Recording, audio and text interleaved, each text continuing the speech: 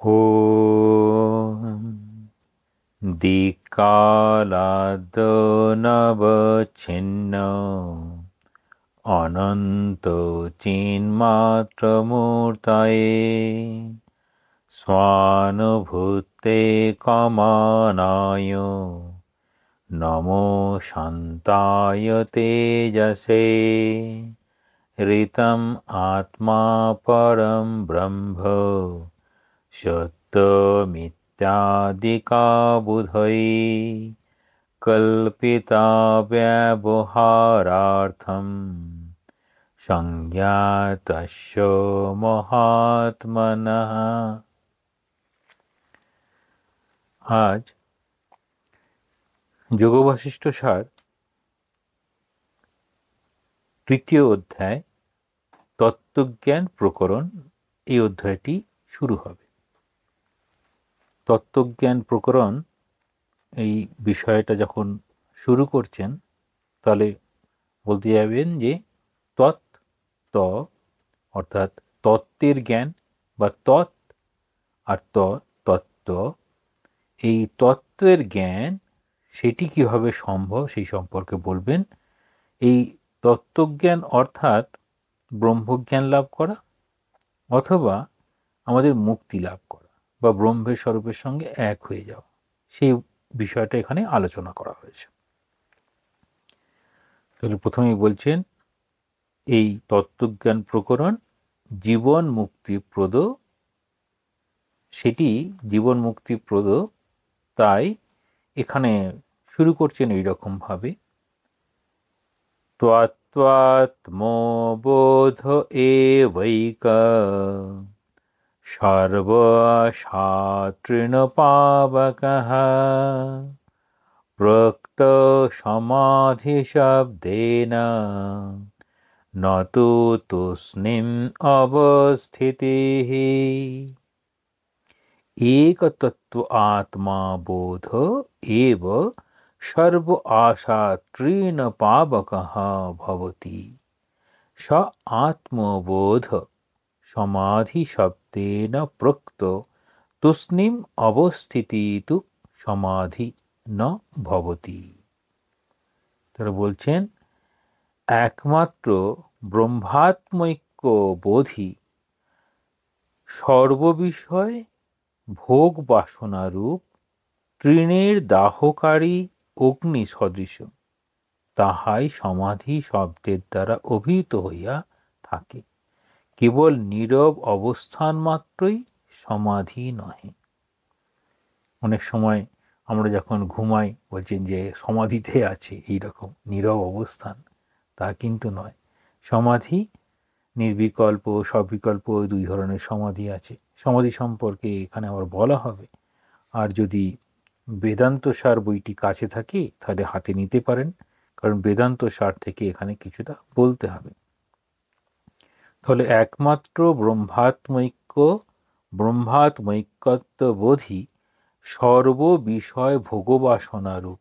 তাহলে সর্ববিষয় ভোগবাসনা, সেই যে ভোগবাসনা রূপ, তাহলে বিষয়ের প্রতি যে ভোগের বাসনা, সেটি তৃণের দাহকারী অগ্নি সদৃশ। তাহলে সেই ভোগ বাসনাটাকে তৃণ সমতুলনা করা হলো।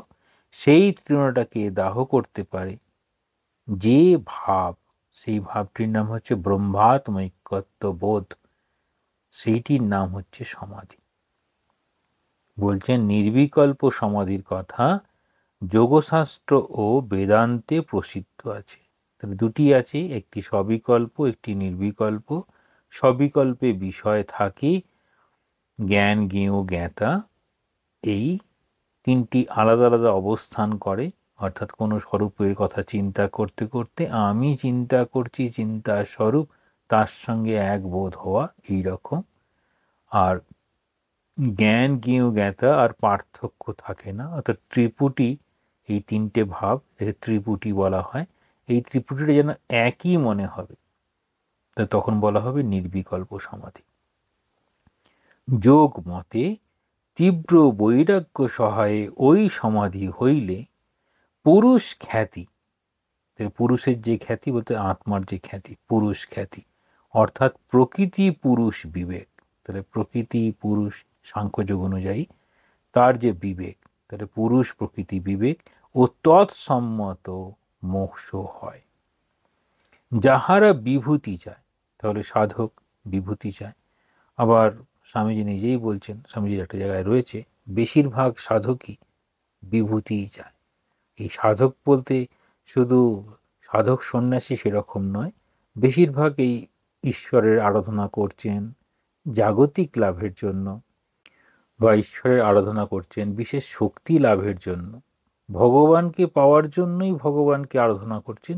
সেরূপটি যদি না হয়, সেটি না হয়ে যা যা হওয়া সম্ভব ভগবানের আরাধনার মাধ্যমে আমার যা কিছু পাওয়ার ইচ্ছে, সেটিকে এই রকম বলা হচ্ছে বিভূতি। বিভূতি কিভাবে হয় সেটিও বলা হয়। তাহলে যাহারা বিভূতি চায়, তাহলে আমরা যেমন চাইব, তাহলে আমাদের চাওয়া পাওয়ার উপর নির্ভর করবে আমাদের ভাবনা।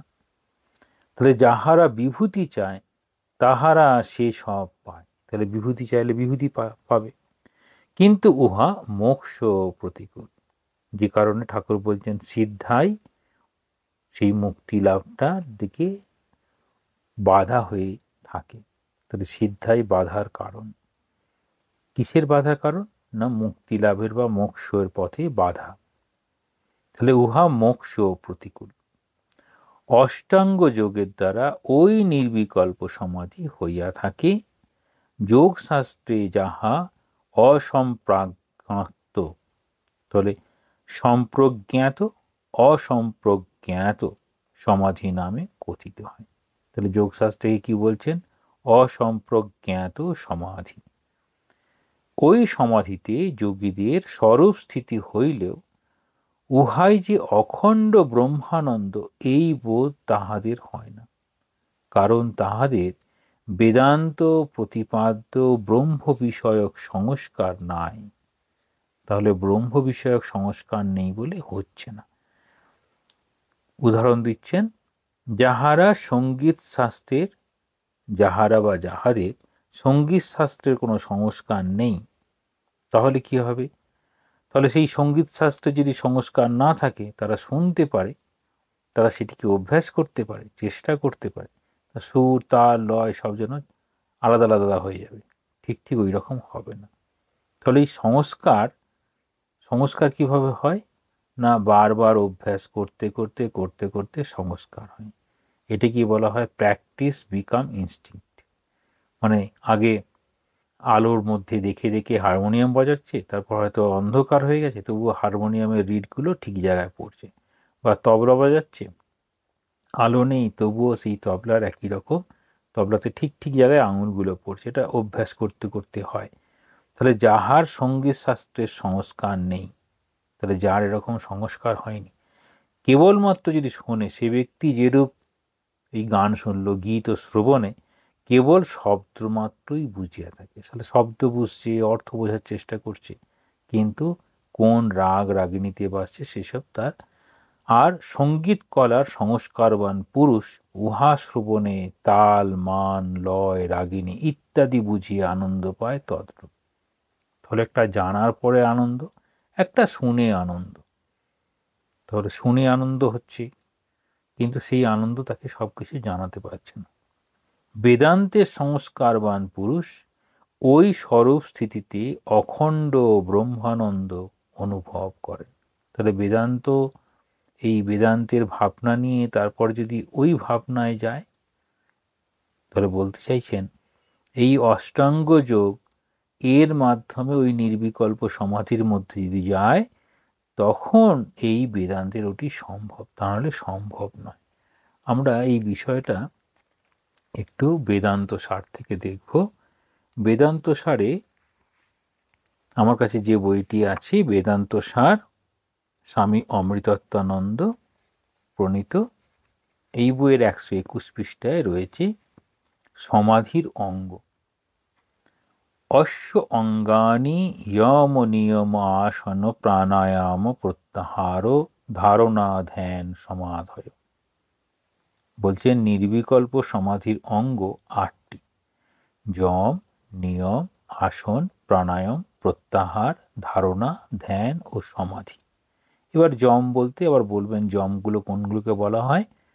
সেখানে বলা হবে অত্র অহিংসা সত্য অস্তেয় ব্রহ্মচর্য অপরিগ্রহা যমাহা।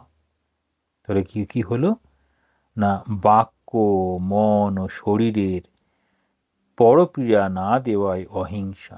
তাহলে তত্র অহিংসা, এই অহিংসা বলতে কায় মনোবাক্যে কাউকে পীড়া না দেওয়া, সেটাকে অহিংসা বলছে। সত্য, সত্য বলতে সত্য ভাষণ, সত্য কথা। আস্তেয় অর্থাৎ অচৌর্য, চুরি না করা। ব্রহ্মচর্য, ব্রহ্মচর্য হচ্ছে এই ব্রহ্মে বিচরণ করেন যিনি, তিনি হচ্ছেন ব্রহ্মচারী, অর্থাৎ সবসময় সৎ প্রসঙ্গ নিয়ে থাকা। তাহলে ব্রহ্মচর্য এই রকম। তারপরে বলছেন অপরিগ্রহ, অপরিগ্রহ মানে আমি অযাচিতভাবে কিছু নেব না আর কি, গ্রহণ না করা, এগুলোকে বলা হয় ইয়ম। তাহলে কি কি বলতে চাইলেন? ইয়ম বলতে চাইছেন অহিংসা, সত্য, অচৌর্য, ব্রহ্মচর্য, অপরিগ্রহ, এগুলো হয়ে গেল যম। যমের পরে বলছেন যে নিয়ম। কীরকম নিয়ম? যে আমরা দৈনন্দিন যা কিছু করি সেগুলো হচ্ছে নিয়ম। কীরকম? শৌচ, ঘুম থেকে উঠেই হাত মুখ ধোয়া, এইরকম। বাহ্য শৌচ, অন্তর শৌচ। বাইরের দিকে যেমন শৌচের প্রয়োজন, অন্তরে সেরকম শৌচের প্রয়োজন। অন্তরের শৌচের যখন প্রয়োজন হবে সেটি আবার পরে বলে বলা হবে সেটা কি কি না, হিংসা, দেশ, ঘৃণা, সেসবের বাইরে যেতে হবে। সন্তোষ, তপ, সাধ্যায়, ঈশ্বর প্রণিধানানি নিয়মা। নিয়ম বলতে কি বোঝাচ্ছে? শৌচ, সন্তোষ, তপ, সাধ্যায়, ঈশ্বর প্রণিধানানি নিয়মা। তাহলে বলতে চাইছেন এই শৌচ পালন করা, সন্তোষ, সন্তোষের সমান ধন নাই, মা বলেছেন। তাহলে শৌচ, সন্তোষ।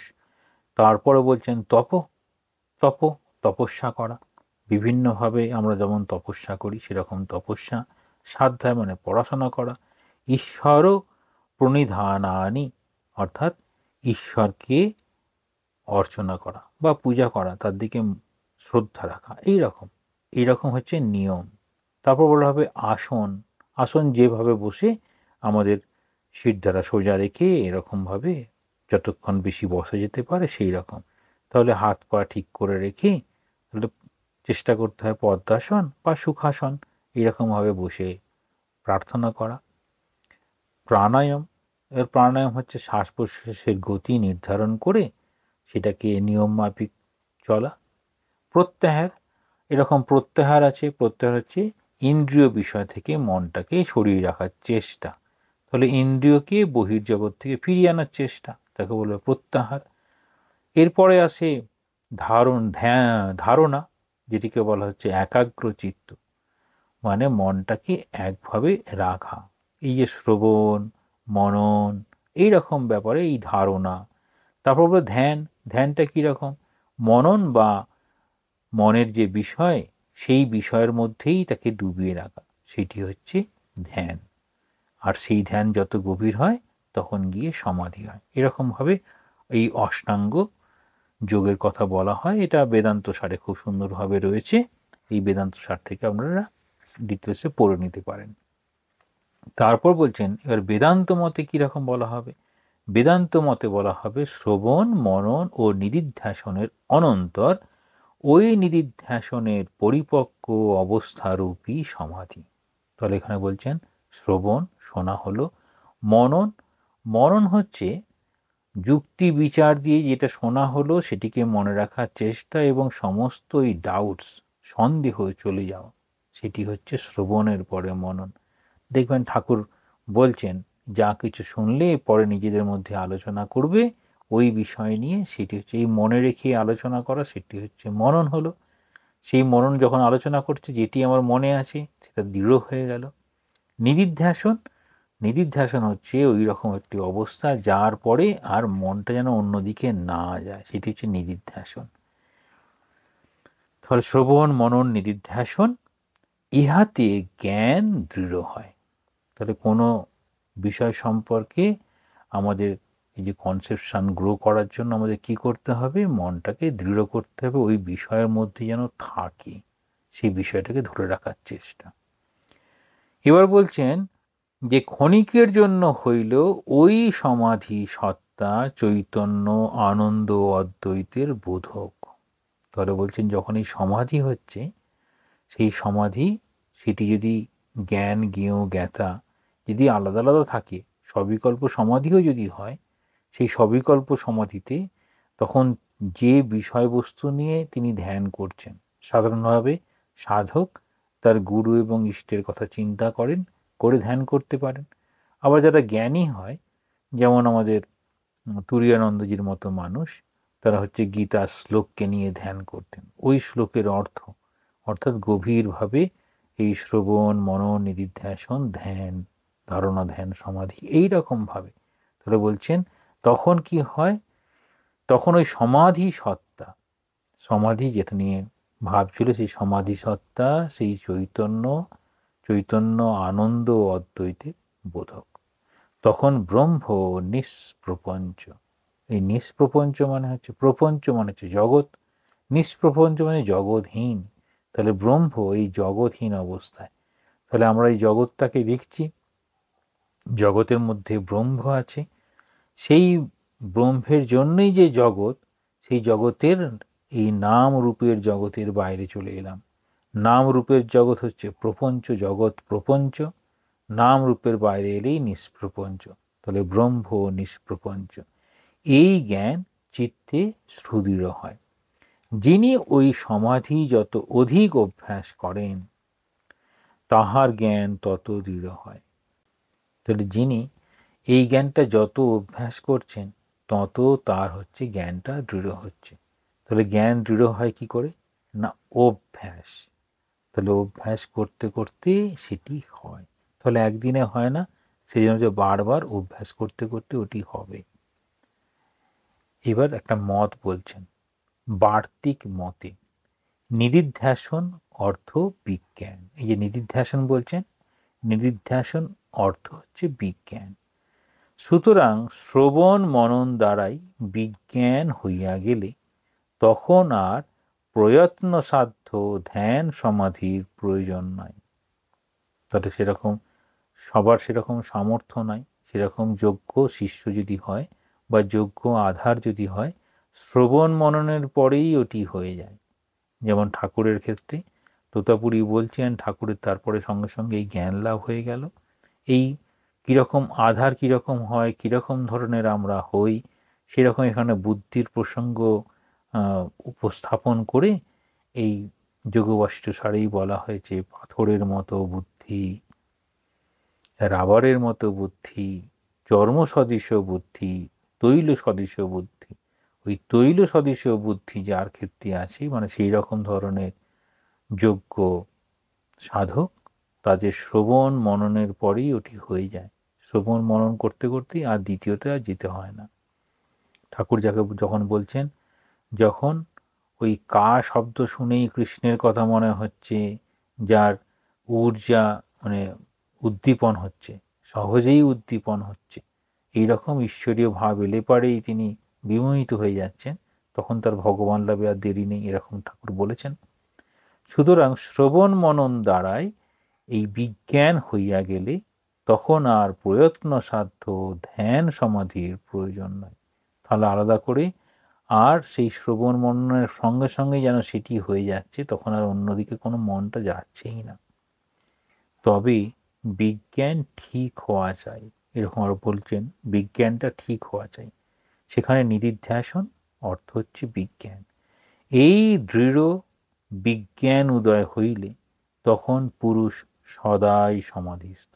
তাহলে কি বলছেন, এই রকম যদি উদয় হয় বিজ্ঞান, তখন সদাই সমাধিস্থ। মানে সাধারণ অবস্থায় কি ব্যবহারিক জগতে কি ধ্যানের জগতে আলাদা করে তাকে আর কিছু ভাবতে হয় না। ইহাই জ্ঞান সমাধি বা সহজ সমাধি। যেমন কথা বলতে বলতেই সমাধি, ঠাকুর যেমন জীবনটা দেখিয়েছেন, ইহাই হচ্ছে জ্ঞান সমাধি বা সহজ সমাধি। তখন জ্ঞানের বৃত্তি সদাই চিদাকৃতি, মানে চিৎ আকৃতি, অর্থাৎ সৎ, চিত, আনন্দ, এই চিত আকৃতি ওইটি জ্ঞান স্বরূপ। তাহলে জ্ঞানীর বৃত্তি, তাহলে আমাদের যে অন্তঃকরণের বৃত্তি, সেই বৃত্তি, তাহলে সেই বৃত্তিটা এইরকম হবে। অন্তঃকরণ বৃত্তি সর্বদাই সত্তা ও চিতকেই বিষয় করে। বলছেন অন্তঃকরণ, মন, বুদ্ধি, চিত্ত, অহংকার, এই অন্তঃকরণ, এই অন্তঃকরণে অন্য কোনো রূপ আর ভাবনা নেই। তার বৃত্তি, সেই বৃত্তিটা, বৃত্তির সত্তাটা, বৃত্তির যে সত্তা, অন্তঃকরণ বৃত্তি সর্বদাই সত্তা, সবসময় সত্তার কথা। সত্তা হচ্ছে ওই এক্সিস্টেন্সকে বলা হয় সত্তা, মানে দুধের যেমন ধবলত্ব, সেটি হচ্ছে সত্তা, ঠিক সেরকম জগতের সত্তা হচ্ছে ব্রহ্ম। সেই সত্তা ও চিতকেই বিষয় করে, নামরূপকে কখনোই বিষয় করে না। নামরূপ জগৎ, সেটিকে বলছে প্রপঞ্চ। তাহলে জগৎ প্রপঞ্চ, আর এখানে বৃত্তিটা সবসময় ব্রহ্ম, নিষ্প্রপঞ্চ, তাহলে ব্রহ্ম। ঘটের নামরূপকে কেহ চক্ষু দ্বারা দর্শন করে না। আমরা সবসময় যে ঘট দেখছি মাটির তৈরি একটা কোনো কিছু পদার্থ তৈরি হয়েছে, তাহলে দেখছি মাটিটাকে, তার একটা রূপ নিয়ে আছে, কিন্তু আমরা দেখছি সাধারণত বলছি ঘটকে, কারণ মাটিটাকে দেখতে পাচ্ছি না। তাহলে ঘটের নামরূপকে কেহ চক্ষু দ্বারা দর্শন করে না, একমাত্র মৃত্তিকাকেই সকলে দর্শন করিয়া থাকে। কিন্তু অজ্ঞানী এই কথা জানে না ও মনে করে যে সে ঘট দেখিতেছে। তাহলে অজ্ঞানী, সাধারণভাবে আমরা প্রত্যেকেই ঘটটাই দেখি, মাটিটা দেখতে পাই না। যখন মাটি দেখব তখন আমাদের ঘটের জ্ঞানটা হয়েছে, মানে সেটি মাটি দিয়ে তৈরি। এবার যিনি জ্ঞানী হবেন তিনি সবসময় মাটিটাই দেখবেন। সেই জন্য জ্ঞানী সর্বব্যবহার অবস্থাতেও ব্রহ্মকেই দর্শন অর্থাৎ অনুভব করিয়া থাকেন। তার সহজ এই অবস্থা, সহজ সমাধি, সবসময় সমাধির মধ্যেই যেন রয়েছেন, তার ব্যবহারিক জগৎও একই রকম। সুতরাং তাহার আর প্রয়াস সাধ্য চিত্ত নিরোধাত্মক সমাধি প্রয়োজন নাই। তাহলে যে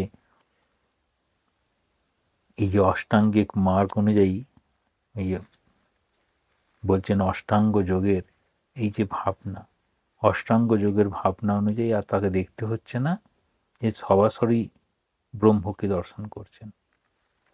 তাহলে তাহার আর প্রয়াস সাধ্য চিত্ত নিরোধাত্মক সমাধির প্রয়োজন নাই। সব কিছু ব্যবহার করিয়াও তিনি সদা সমাধিস্থ। সব কিছু ব্যবহার করছেন, তার সহজ সমাধি জ্ঞান, সহজ সমাধি বা জ্ঞান সমাধি, সেই জন্য তিনি জগৎটাকে এইরকম দেখছেন। কিরকম বলছেন, সর্বপি ব্যবহারস্তু ব্রহ্মণা ক্রিয়তে জনৈ অজ্ঞানান্ন বিজানন্তি মৃদেব হি ঘটাদিকম। বলছেন লৌকিক বৈদিক, তাহলে লৌকিক আর বৈদিক যাবতীয় ব্যবহার লোকে ব্রহ্মের সহিতই করিয়া থাকে। তাহলে আমরা যখন এই ঘটের সঙ্গে ব্যবহার করছি সেটি লৌকিকভাবে ঘট বলে দেখছি, আর যিনি এটিকে বৈদিকভাবে অর্থাৎ জ্ঞান হিসেবে দেখবেন তিনি একরকমভাবে দেখবেন। কিন্তু অজ্ঞানবশত তাহা জানিতে পারে না। তাহলে আমরা ঘটটি যখন ব্যবহার করছি ঘট রূপেও ব্যবহার করছি, সেটি মাটির তৈরি রূপেও ব্যবহার করছি, কিন্তু সাধারণভাবে আমরা এটা জানতে পারি না বা এটি বোধ করতে পারি না সবসময় যেটা মাটি দিয়েই তৈরি। তাহলে ঘটাদি ব্যবহারকালে যাবতীয় ব্যবহার মৃত্তিকার সহিতই হইয়া থাকে। তাহলে ব্যবহার করছি সেই মাটিটার সঙ্গে, কিন্তু মাটির ওই নাম রূপের সঙ্গে ব্যবহার হচ্ছে, কিন্তু আসলে আমরা মাটির সঙ্গেই ব্যবহার করছি। ঠিক সেই রকম সব বস্তুর সঙ্গে ওই ব্রহ্মের স্বরূপের সঙ্গেই আমরা ব্যবহার করছি, কিন্তু যেন নাম রূপ ধরে তিনি এসেছেন। এবার 2 নম্বর শ্লোক, তত্ত্ব জ্ঞান প্রকরণ এর 2 শ্লোক। সর্বাত্মৈক্যত্ব জ্ঞানেই সদানন্দ লাভ হয়। তাহলে সর্বাত্মৈক্যত্ব, সব কিছুর মধ্যে একত্ব রূপ, সেই জ্ঞানটি লাভ হলেই তখন সদানন্দ লাভ হবে। তাহলে কি বলছেন, জ্ঞানের চোখে এই জগৎটা তখন আনন্দময় হবে। আর সব কিছুর মধ্যে ব্রহ্মকে না দেখে জগৎটাকে যদি দেখি, তাহলে তখন আমরা সব কিছুর মধ্যে দেখে আমরা দুঃখ কষ্ট পাব। বলছেন, চিদাকারম ইদম সর্বম জগদিত্যেব ভাবয়েৎ স্থিত ইত্যুপশান্তস্থ সব্রহ্ম কবচ সুখী। ইদম সর্বম জগৎ চিৎ আকারম এব ইতি ভাবয়েৎ ইতি য় উপশান্তস্থ স্থিত স সুখী যত স ব্রহ্ম কবচ। তারা বলতে চাইছেন, এই দৃশ্যমান সর্বপ্রপঞ্চ চিদাকার, মানে চিৎ আকার, জ্ঞানের আকারে এই প্রকার ভাবনা করিবে। তাহলে এই দৃশ্যমান সর্বপ্রপঞ্চ, সব কিছু যা কিছু হয়েছে সেখানে সেই ব্রহ্মই রয়েছে, সেখানে সেই ঈশ্বর ভগবানই রয়েছে, এই রকম ভাবনা করতে বলছেন। এইরূপ ভাবনাযুক্ত হইয়া ব্রহ্মতেই যিনি স্থিতি লাভ করেন তিনিই সুখী। যিনি এইরকম ভাব করতে পারেন তিনিই একমাত্র সুখী। তাহলে সেখানে ভালো মন্দ, আমার আলাদা করে চাওয়া পাওয়া, আমার ভাবনার মতো হওয়া, আমরা ভাবনার মতো না হলে পরে কষ্ট, এই বিষয়গুলি তখন থাকে না। কারণ তিনি যেন এই ব্রহ্মরূপ কবচ ধারণ করে আছেন। তাহলে এই ব্রহ্মরূপ কবচটা ধারণ করে আছেন বলে এই জগৎ রূপের কবচটা যদি থাকতো, তাহলে জগতের পরিবর্তন সেটি আমার অনভিপ্রেত হলে পরে তখন আমাকে কষ্ট দিত, আর আমার অভিপ্রেত হলে তখন আমাকে আনন্দ দিত। তাহলে আনন্দ, দুঃখ, কষ্ট সব জায়গাতেই তখন আর সুখী হওয়া সম্ভব নয়। তখনই বলছেন, যিনি ব্রহ্মজ্ঞান লাভ করেছেন তিনি এই জগতে থেকে, জগতে সব কিছুর মধ্যে থেকে তিনি আনন্দ পান। আর যিনি এই জ্ঞান লাভ করেননি, তিনি জগতের তার সাপেক্ষে ভালো মন্দের নিরিখে কখনো আনন্দিত, কখনো দুঃখ, তাহলে এই সংসারে থেকে এরকম দুঃখটা স্বাভাবিক। সেটি এবার বলছেন বিবেক চূড়ামণি থেকে। সদেবেদং সর্বং জগৎ অবগতং বাং মনসয় শতন্যন্যস্তেব প্রকৃতি পরসীম্নি স্থিতবতঃ পৃথক কিমৃ স্নায়া কলশো ঘট কুম্ভাদি অবগতম বদত্বেষো ভ্রান্তস্তমহম ইতি মায়ামদিরয়া। বলছেন, মন ও বাক্য দ্বারা উপলব্ধ এই জগৎ সৎ ব্রহ্মরূপী। তাহলে মন বাক্য দ্বারা উপলব্ধ, তাহলে আমরা যা কিছু দেখছি আমাদের এই মন যুক্ত হয়েছে আমাদের কর্মেন্দ্রিয়ের সঙ্গে, জ্ঞানেন্দ্রিয়ের সঙ্গে, সেই রকমভাবে আমরা বোঝার চেষ্টা করছি। তাহলে এটা মন, আর শব্দ দিয়ে আমরা সেটা প্রকাশ করি, আবার শব্দের মাধ্যমে আমরা সেটা গ্রহণ করি। কারুর শব্দ আমরা কান নিয়ে শুনলাম, ভাবনায় বোঝালাম, তারপরে এই জগৎ সম্পর্কে বুঝতে পারছি। সেখানে জল, জলের একরকম রূপ, আকাশের একরকম রূপ, এই রকম ভালো মন্দ সব কিছু যা দেখছি জগতের, সে সবটাই হচ্ছে সৎ ব্রহ্মরূপী। তাহলে সেটা জগৎ, কারণ প্রত্যেকটা বিষয়ের মধ্যে সেই সৎ ব্রহ্মই আছেন। মায়ারও অধিষ্ঠান ব্রহ্ম, ভিন্ন আর কিছুই নয়। তাহলে মায়ার অধিষ্ঠান, মায়া কোথায় অধিষ্ঠান করবে? ব্রহ্মের সঙ্গে মায়া যুক্ত হয়ে এই জগৎ তৈরি হয়েছে। তাহলে মায়ার অবস্থান কোথায়? না ব্রহ্মের সঙ্গেই রয়েছে। এখানে ঠাকুরের এই কথাটি খুব ভালো করে বোঝার চেষ্টা করব, যেখানে ওই সাপটি চুপচাপ শুয়ে আছে, যেন তার কোনো বোঝা যাচ্ছে না তিনি আছেন কিনা। আবার বলছেন যখন মায়াযুক্ত হয়ে ক্রিয়া করছে তখন সাপটা হেলছে দুলছে এরকম দেখাচ্ছে। তাহলে হেলছে দুলছে সেরকমও সাপ, আবার চুপচাপ শুয়ে আছে সেরকম সাপ। তাহলে প্রকৃতি কীরকম দেখাচ্ছেন? এই রকমভাবে মায়ার অধিষ্ঠান হয়ে জগতে যা কিছু রূপ দেখছি। তাহলে মৃত্তিকা হইতে ঘট পৃথক? কখনোই নয়। মৃত্তিকা হইতে ঘট কি পৃথক হয়? কলসি কি পৃথক হয়? একদমই নয়। কিন্তু তার রূপটা যেন ঘটের রূপ নিয়েছে, কলসির রূপ নিয়েছে। তাহলে মৃত্তিকা হইতে পৃথক ঘট, কলস, কুম্ভাদি নামে কিছু আছে কি? কিছু নাই। যেমন আমরা কাপড় বলছি, কাপড় থেকে যদি আমরা সুতোগুলোকে আলাদা করে বের করে নিই, তখন কাপড়কে দেখতে পাবো, তখন সুতোটা দেখতে পাবো। কিন্তু আমরা কাপড়টাকেই দেখি, সুতোটাকে দেখি না। তথাপি মায়া মদিরা পানে প্রমত্ত ভ্রান্ত পুরুষ তুমি আমি ইহা উহা ইত্যাদি নানা প্রকার ভেদ কল্পনা করিয়া থাকি। তাহলে এখানে বলছেন মায়ারূপ মদিরা পানে। মদিরা পানে আমাদের কি হয়? মদিরা পান করে সে যেন আলাদাভাবে আনন্দ পেতে চায়। আমাদের সত্যিকারের আনন্দ বাস্তব জগৎ থেকে সে হারিয়ে যায়। আমরা বলি ইনটক্সিকেটেড হয়ে গেছে, অর্থাৎ তার ভাবনা চিন্তা অলিক কল্পনা সে যেন ভেসে বেড়াচ্ছে। ঠিক আমাদের বর্তমান অবস্থাটাকে বলছেন যে আমরা যেন মায়া মদিরা পানে প্রমত্ত, যা দেখছি সেটাকেই সত্য মনে করছি। এবার কি হয়? যদি কবচ অর্থাৎ বর্ম, যাহা অস্ত্র শস্ত্র হইতে যোদ্ধাকে রক্ষা করে, ব্রহ্মরূপ কবচের বলে কোনো বিঘ্ন তাহাকে স্পর্শও করিতে পারে না, তাই জ্ঞানী সদানন্দময়। তখন কি বলছেন? আমাদের কবচ কীরকম হতে পারে? যদি দ্বৈত পথের ভাবনায় ভাবা হয়, ভক্তির ভাবনায় যে আমার ঠাকুর আছেন, ঠাকুর যেটা করছেন সেটিই হবে, তখন ওইরূপ একটি ভাবনা সাধকের কাছে থাকলে, দ্বৈতভাবে সাধকের, তখন যেন ঠাকুরই সব কিছু করছেন, কষ্ট যেন ভগবানই দিয়েছেন এই রকম। তখন তার ওই ভক্তির ভাবনায় তার যেন ওই কবচের মতো, যেমন কর্ণের যেমন কবচ ছিল, ঠিক সেই রকম ওই ভক্তি ভাবনার কবচ দিয়ে সে সমস্ত কষ্টকে অম্লান বদনে মেনে নিতে পারে।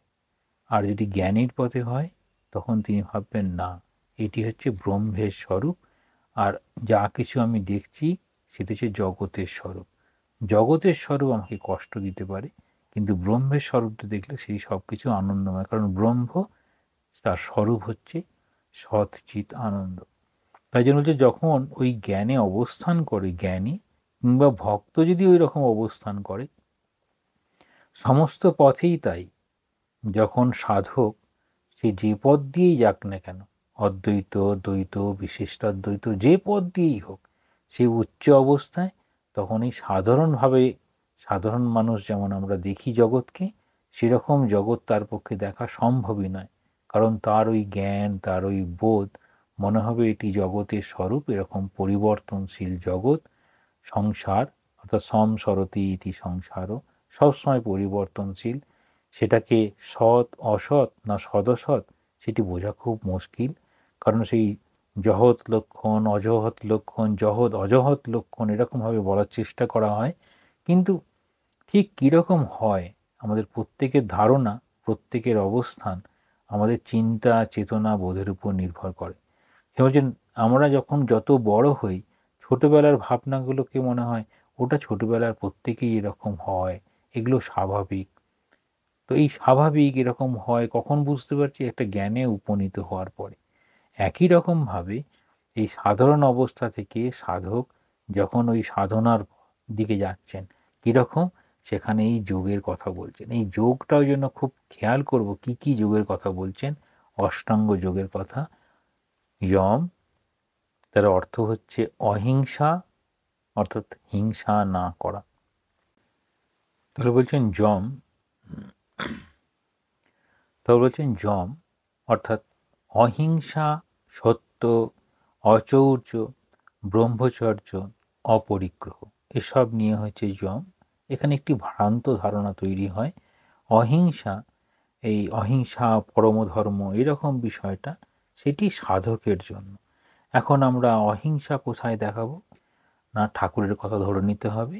সাধন পথে যদি অন্তরায় হয় তাহলে সেখানে হিংসা করব। সাধন পথে অন্তরায়, সেই ছারপোকা আরশোলা এসব যখন কষ্ট দেয় তখন তাদের নির্বিবাদে তাকে সেখান থেকে পরিহার করতে হবে, এরকম ঠাকুর নিজের জীবন দিয়ে দেখিয়েছেন। সাধন পথে যা কিছু অন্তরায় তাকে নির্মমভাবে সরিয়ে দিতে হবে। কিন্তু সাধারণভাবে আমার চলার পথে সে কোনো অসুবিধাই না করলে সেখানে অহিংসা রাখা উচিত। তাহলে অযথা আমি হিংসার দিকে যাব না। তাহলে অহিংসা, সত্য, এখানে সত্য বচন, সত্য কর্ম, একটা খেয়াল করব, সত্যম আর ঋতম দুটি শব্দ ব্যবহার হয়। সত্য মানে হচ্ছে জাগতিকভাবে যা সত্য, সেটি আমাদের কায়ন মনসা বাচা এরকম সত্য পালন করার কথা। আর একটি ঋতম, ঋতম অর্থ হচ্ছে ব্রহ্ম, ব্রহ্মের স্বরূপ নিয়ে যে সত্য, মানে তিনি চিরন্তন, অপরিবর্তনীয়, এই রকম সত্তাগুলো যখন প্রকাশ করা হয় তাকে ঋতম বলা হয়।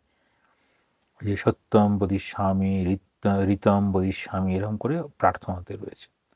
অচৌর্য, চুরি না করা। ব্রহ্মচর্য অর্থাৎ ব্রহ্ম বিষয়ক ভাবনা চিন্তা করা। তাহলে ওই দিকে ভাবনা গেলেই সাধারণ অর্থে যে ব্রহ্মচর্য মানে চেষ্টি মেনটেন করা সেই রকম। তো অপরিগ্রহ মানে অযথা গ্রহণ না করা, মানে এই যত আমাদের বৈভব বাড়তে থাকে, আমাদের জিনিসপত্রের আড়ম্বর বাড়তে থাকে, সেখান থেকে সচেতন থাকতে হবে, সেটি যেন খুব প্রয়োজন না হলে অপরিগ্রহই ভালো। নিয়ম, নিয়ম হচ্ছে শৌচ, সন্তোষ, তপ, স্বাধ্যায়, ঐশ্বর, পরিনিধান, এরকম বলছেন নিয়ম। কি কি নিয়মে চলবো, ঘুমতে আমরা যেরকম নিয়ম চলে আর কি, সেটাকেই নিয়ম বলে, যেগুলো মেনে চলা ভালো সেটা নিয়ম। শৌচ, বাহ্য শৌচ, অন্তঃশৌচ। সন্তোষ মানে অযথা আমাদের উচ্চাকাঙ্ক্ষায় এসে সন্তোষটা যেন হারিয়ে যায়, তার থেকে সন্তোষ বলে যেটা পেয়েছি ঠিক আছে আমার জন্য এটি। তপ, তপস্যা মানে কষ্টকে পালন করা। এই যে ছাত্রানাম অধ্যয়নম তপ, ছাত্রাবস্থায় পড়তে ভালো লাগে না কিন্তু পড়তে হবে, এইরকম। স্বাধ্যায়, পড়াশোনা করা।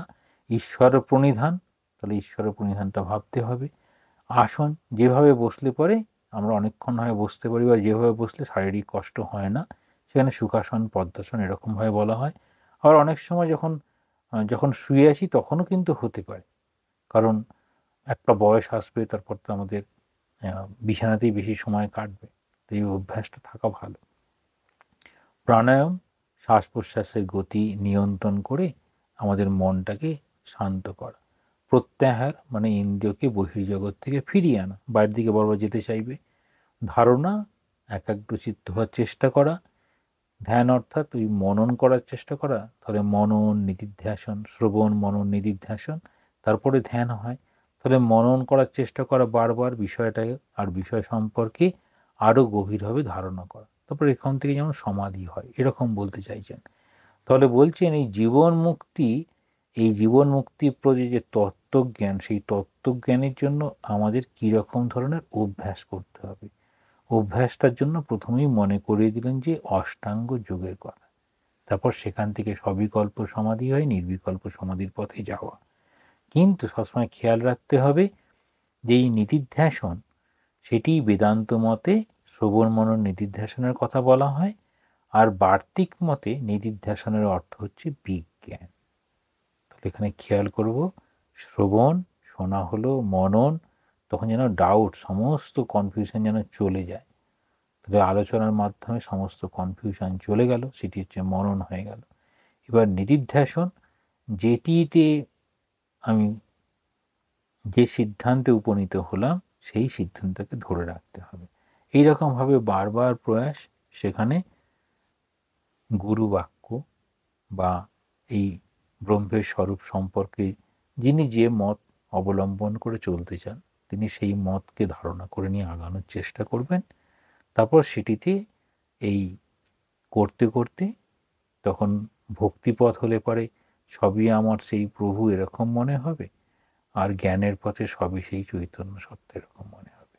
তো এইরকমভাবে শুরু করেছেন, শুরু করে পরেরটা বলবেন এই 3 নম্বর শ্লোকে। তখন বলা হবে যে এই জীবন মুক্তির স্থিতি কীরকমভাবে জীবন মুক্তির স্থিতি হতে পারে। আর জীবন মুক্তির স্থিতিটা আগে প্রথমে জীবন মুক্তি সম্পর্কে কীরকম বলা হয়, তত্ত্ব, সেই তত্ত্ব কিভাবে জ্ঞানে উপনীত হলে সেটি আনন্দের কারণ হবে, জগৎটাই আনন্দের কারণ। আর যদি জ্ঞান না হয় তখন জগৎটা আমাদের দুঃখের কারণ। কারণ এই দৃশ্যমান সর্বপ্রপঞ্চ যা কিছু দেখছি সে সবগুলি হচ্ছে যেন ব্রহ্মের স্বরূপ। উদাহরণ দিচ্ছেন, মাটি ছাড়া যেন অন্য কোনোভাবেই সেই ঘট, কলসি বা এরকম মূর্তি সেটা তৈরি হওয়া সম্ভব নয়। তাহলে কিন্তু আমরা ঘট মূর্তি হিসেবেই দেখি, মাটি হিসেবে দেখি না। একই রকম জগতের সব কিছুই সেই ব্রহ্ম আছেন বলেই। এইবার সেখানে দেখাচ্ছেন মায়ার অধিষ্ঠান, মায়া কোথায় অবস্থান করে। আর যদি ব্রহ্মজ্ঞান লাভ হয় তখন সেই ব্রহ্মজ্ঞানটাই সেই সাধকের কাছে কবচের মতো অবস্থান করেন, যেন সব কিছুর মধ্যে দিয়ে সেটিকে লাভ করেন। তাহলে তার কাছে আর জগতের দুঃখ বলে কিছু নেই, সেটি সবসময় আনন্দময় অবস্থা। কারণ তিনি ব্রহ্মে অবস্থান করছেন, ব্রহ্মের স্বরূপ সৎ চিৎ আনন্দ। তাই জন্য তিনি আনন্দেই অবস্থান করেন, সেখানে কোনো দুঃখের কোনো অবস্থানই নেই, দুঃখের বিষয়টাই আসতে পারে না। ওম শান্তি শান্তি শান্তিঃ। হরিঃ ওম তৎসৎ। শ্রীরামকৃষ্ণার্পণমস্তু।